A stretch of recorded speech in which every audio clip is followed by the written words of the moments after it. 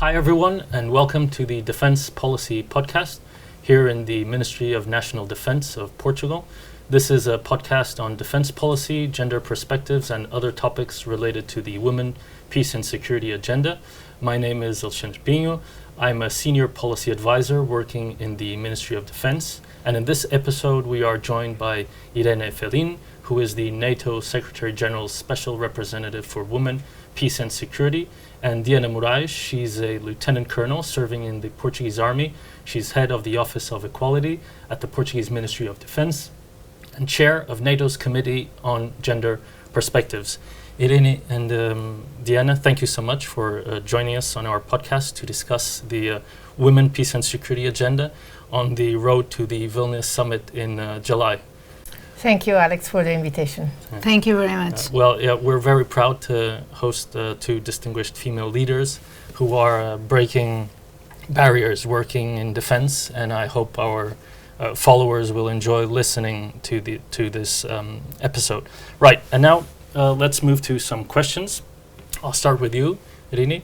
One of our goals here in our podcast is to guide our listeners through what's going on in the nexus of defense, human security, equality, and the Women, Peace and Security agenda.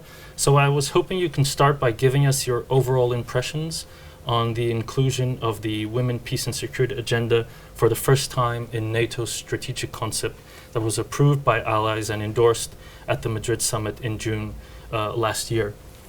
Thank you for the question and for giving me the opportunity to explain a little bit to our audience my work and my responsibility as the Secretary General Special Representative for Women, Peace and Security, but also for human security. And to make reference to the summit and the strategic concept. You know, the strategic concept is the most important document for the Alliance because it gives the vision for around 1 decade. And the two agendas I cover are quite distinct, but at the same time they support each other and reinforce each other. If we look on one side at Women, Peace and Security is a quite established agenda within the Alliance based on Resolution 1325 that puts the Agency for Women at the core of peace prevention, resolution and management, but also stress that conflict have a different impact on women and children. So it's very important that when we look at our defense system that we integrate these pillars and this concept in everything what we do. And this is why NATO developed a policy, a first one back in 2007, and now several policies followed with some relevant action plan that go together. If we look on the other side, on the human security dimension, it's a bit different. It's an approach that puts people at the center of the work that we do. It comes from the approach of the United Nations, but it's a bit different the way in which at NATO we look at it because it's more related to our presence on the field. It's how do we operationalize this. And if we look at the importance of having the language, including the strategic concept, it means that in our 3 core tasks, we include elements of the 2 different areas. The 3 core tasks are crisis prevention and management, and it means really having the competencies of the gender advisors deployed on the field on one side, and on the others are looking at the different topics that are protection of civilians, children and armed conflict, conflict-related sexual violence, combating trafficking against human beings, and cultural property protection. We need our armed forces to be ready to prevent and respond to these crimes. If we look at cooperative security, which is our relationship with our partner, what we can see now that we have these elements in the strategic concept is an increased interest by our partners to include a reference as objective in our partnership agreement that are related to women, peace and security on one side and human security on the other. And the collective defense, that is maybe today the most important of the core tasks, considering the war in Ukraine and the new security architecture, is the area where we are exploring more how to integrate this dimension. On women, peace and security, I would say it's about having more women, make sure that we are more women deployed in our armed forces to create the right environment and develop competencies to be more effective at the operational level. And when it comes to human security, it's about setting standards and preparedness for the NATO armed forces, which is translated in education and training for all of our staff and personnel on the field. Well, thank you. That was a lot of insight into some of the work that was done by managing to include that kind of language, as you said, and I'm aware that, and I think it would be also important mentioning that Portugal was a strong supporter of including this language related to gender equality and the women, peace and security agenda in the strategic concept. And so now I'll probably move on to you, Diana. You've been chair of the NATO Committee on Gender Perspectives since 2021. I believe this is one of the oldest running committees in NATO. Tell us a little bit about what your work entails and how you work alongside other allied representatives and with the gender perspective community to deliver advice on policy on the women, peace and security agenda, and how all of this gets implemented across NATO. Okay, a lot of questions. I will try to sum it up. First of all, thank you for the invitation to be here and also to explain a little bit more how the NATO Committee on Gender Perspective works. So it's true, it's one of the oldest committees in the Alliance because it was formally established in 1976, so it's 47 years. But I must say that so at the time in the 60s, some female senior officers from the Armed Forces of the Alliance started gathering to discuss things regarding recruitment and retention of women in the Armed Forces of the Alliance, because at the time not all member states had women in the ranks, so they started meeting informally, and that since 1961, and then in 1976 the military committee officially recognized the Committee of Women in NATO Forces, which is the original designation of NATO Committee on Gender Perspectives.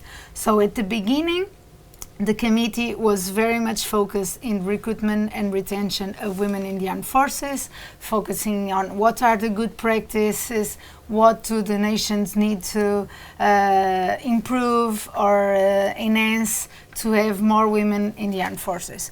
Of course, so these women normally met once a year to discuss and share.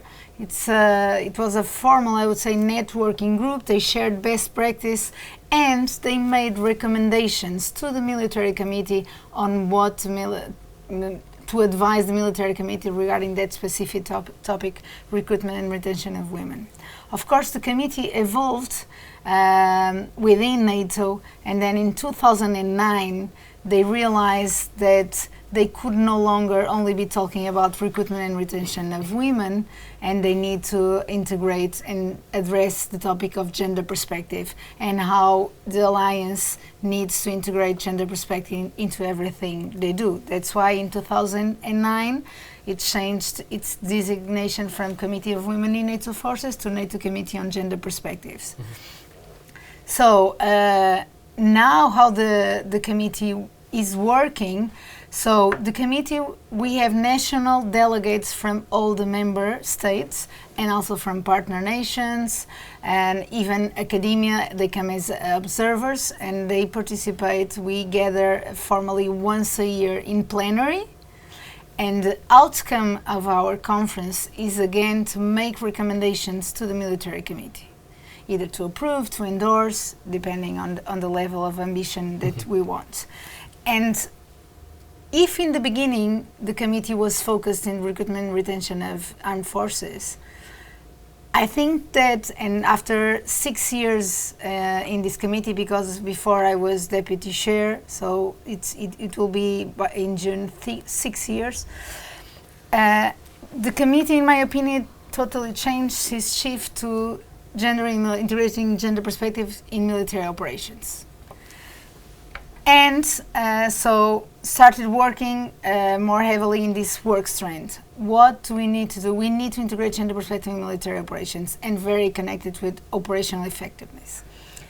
But what we are realizing now, and this has been the discussion amongst the executive committee, is that are we okay with recruitment and retention of women? Because it seems that we let it go, that work strand, because okay, now all the member states have women in their armed forces, but we were just discussing this morning. If we see the numbers, the percentage of women, the average is very low. So I think we are always evolving. We are now reconsidering to build upon again that work strength of recruitment of intention of women in the armed forces and continue with gender in military operations. But just to your point and what we do, the main outcome is that when we gather with the nations, we make recommendations to the military committee, and then if the military committee approves that recommendations, they task within the NATO enterprise someone to do that. It can be a military policy, it can be guidelines on integrating gender perspective in something, but the NATO Committee on Gender Perspective works on the military side of the house, while Iran works at the political side. No, and I thought it was very interesting that we ended up coming to this point of both the strategic concept and the committee.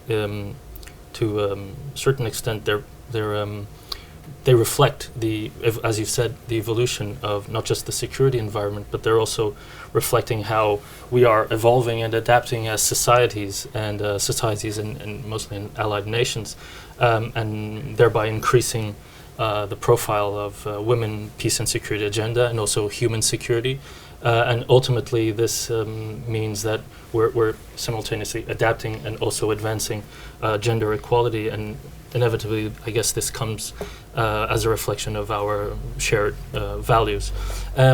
And now I would probably shift gear and looking forward to the next summit in Vilnius. And Irene, I was hoping you can share how NATO is planning to continue implementing this women, peace and security agenda and the human security approach. And broadly speaking, is there any line of effort that is currently under development that you would expect to be addressed or in some way delivered as an outcome of the summit that you could share with us? Normally, the agenda of the summit is something that is still confidential, but I can say that what we talk about normally are not confidential information, and then the summit, it will be the momentum for me to highlight what my everyday work. I like to look at the summit as the momentum to really have a 360 degrees approach in my work, starting from the high level strategic level, with engagement with head of states and minister, but then also look into content, and then also my engagement with civil society. So if we look at the more strategic level, is the policy development that then it's normally endorsed by head of states and government.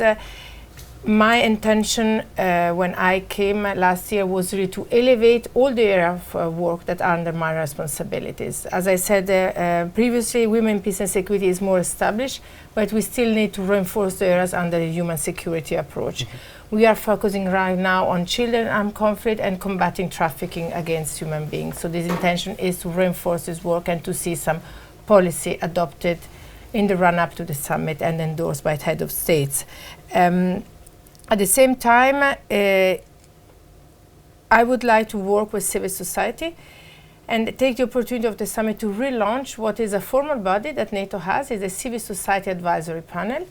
It was established 6 years ago and 7 years ago, I think, if I'm not mistaken, and it brought together representatives from civil society. Women, peace and security is an agenda that comes from women, from activists. So we at NATO made it our own and adapted to our mandate. But still the core principles are rooted in women's activists and civil society representatives. So this body is a tool that we have at the Alliance to remain in contact with the population. At the end, we are there to protect the population. And grassroots movements. Yes, so my intention here is to bring together experts in different topics, gender and security experts. So having one part of grassroots representative, but at the same time also to connect with the strategic concept where we have set our priorities: climate change, resilience, Ukraine, of course, EDTs, artificial intelligence, cyber. So to look into all these topics and find women's experts so that we can have this pool of experts can come and share their gender perspective and to be more inclusive in the way in which we address this problem. So we will have the policy, we have the engagement with civil society. Last year at Madrid, for the first time, I brought together women ministers of defense and foreign affairs. I saw that, yes. It was the first time, and I wanted to highlight the presence of women. It was the highest numbers of women's ministers in the history of the alliance, 1/3, 20 out of 60. Numbers are not everything, but representation matters. When it is said, oh, we don't have women's leaders because women are not available, they don't exist. My intention was really to create this platform to provide visibility and to challenge this message. We do exist, we are leaders, and we discuss about the agenda of the summit with a different perspective. So this year, I would like to do the same, but maybe in a broader format where maybe civil society and ministers could come together. So create this connection between the different sides. But we are still working on that. But I think that it's an important opportunity to give the right visibility to women who are often not absent but more invisible than men. Sure.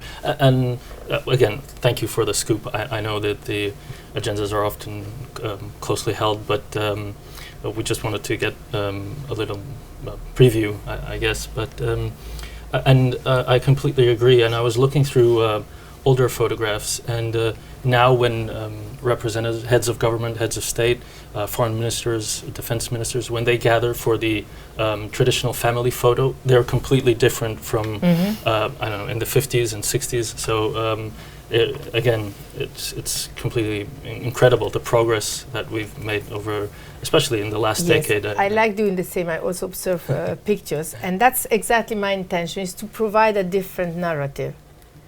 When I wanted to bringing them together, is really say one day we will be able to see this picture and have an alternative of an all-men picture as a leaders of the alliance. Great, thank you. And Diana, on a similar note, but now moving to challenges, can you share some of the challenges that you've faced in your role and in your capacity as chair of this committee? Well, just making an observation to family photos, try to have a look at the military committee's family photos over the years, and they still haven't changed, unfortunately. So that's hopefully you can that's also one challenge. Deliver some change also in that. So I think one of the main challenges I faced, and I acknowledge, is that since the committee started back in the 60s as a women's committee and addressing the topic of recruitment and retention of women, I think although we evolved, our terms of reference evolved, although we are now, like I told before, working on the integration of gender perspective in military operations, from the outside, I think it is still perceived as a women's forum where women gather to discuss women's issue. This is a perception. And we've been struggling, we've been trying to change that, and we have male and female national delegates, but mainly female national delegates. In our executive committee, we are the only committee in NATO that have in our terms of reference that we need to have a gender balanced executive committee, so we always have a men and women in the executive committee, but it is still, maybe because of the history of the committee, it is still perceived as a women's issue, and we really need to move beyond that, because it is important again, and we realize we need to go back to the recruitment and retention of women, because we are not there yet, but the core business of the alliance is to deter and defend, and in order to be effective and to our deterrence and defense posture, we need to integrate gender perspective if we really want to be effective. So we need to make a shift on the mindset of what this committee is really doing. The other challenge that I think it's important to highlight is like I've told you, the outcome of our plenary sessions, our conference, is making recommendations to the military committee. Then the military committee normally approves that. But then the process of following up on how were the recommendations implemented, was the tasking made, did the entities that were tasked implemented or develop what they need to, so the accountability, it's very difficult to track. One reason, because the committee is not based in the HQ. We have a secretary there, but still, even the office that does the secretariat has other functions. So we could need maybe more resources on doing this, following up, and you need to track the processes. Closing the loop. Exactly. And yeah, I would stick with these two challenges. I think it's the most important. Okay. Well, thank you so much for your candid response. And I suppose that for a last question to both, can you share your personal experiences on balancing your professional and personal and family life, and also working in defense and security? Some of our listeners are female, or who are probably young girls who will be thinking about pursuing a career, be it in defense, in the armed forces, or in international affairs. So perhaps you could share a little bit of your experience and some thoughts. Thank you for this quite challenging question. I have my own organization. I founded a network that is called Women in International Security Italy, and I do this very often to connect with young women and try to mentor, and they look at me as a role model and a leader. And sometimes I feel that I'm failing on that, because I'm pushing them to do whatever they want, to look beyond, and then once you find yourself in this position, you see that it is difficult to manage everything. So what I'm trying to do is maybe to accept that you cannot be perfect in everything you do. You have your own limits, but you find your own way to be a mother and to be a leader in a leadership position. And maybe this quite of imperfection makes you working better, because you see the limits of what you're doing. I'm here today. I'm not with my girls at home.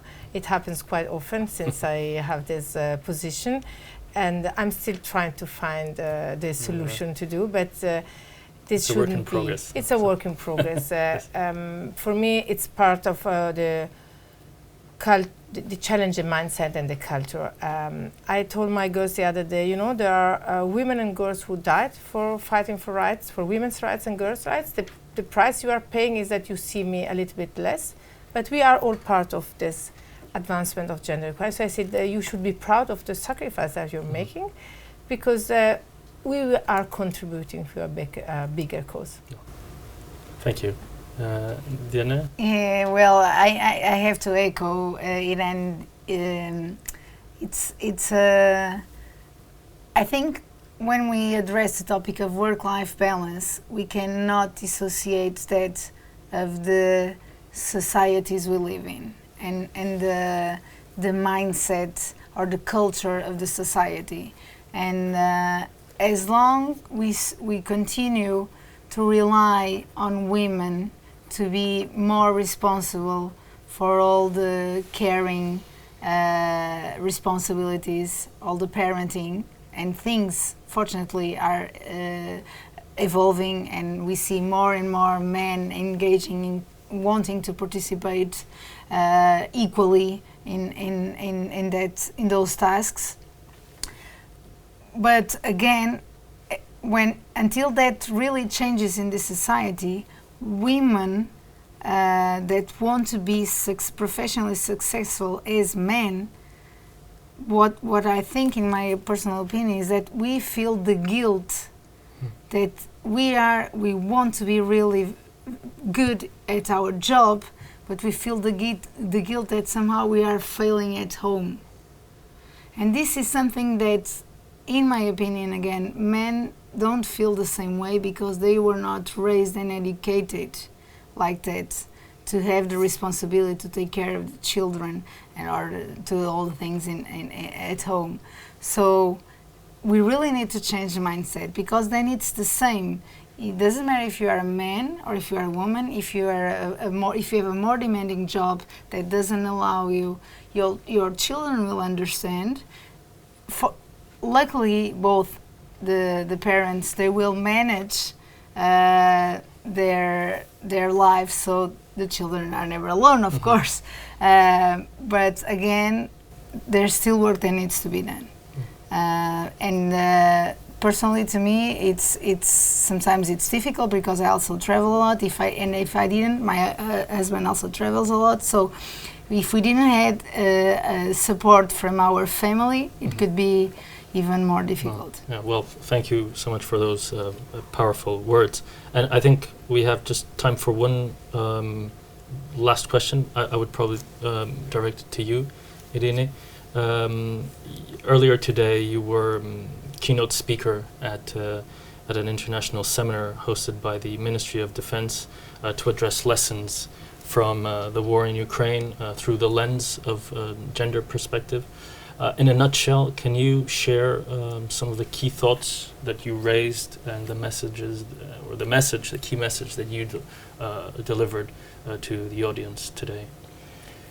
The war in Ukraine has been an important moment in the way in which we work at NATO, and then we integrate the gender perspective. We were talking about this, focusing on the strategic concept, but what I shared today, that when I came, it was January last year, 4 weeks before the war started, and I could observe how the work was in the structure was not ready to address this. We were ready to address how to integrate a gender perspective in our policies, in our documents, but how do we analyze the conflict?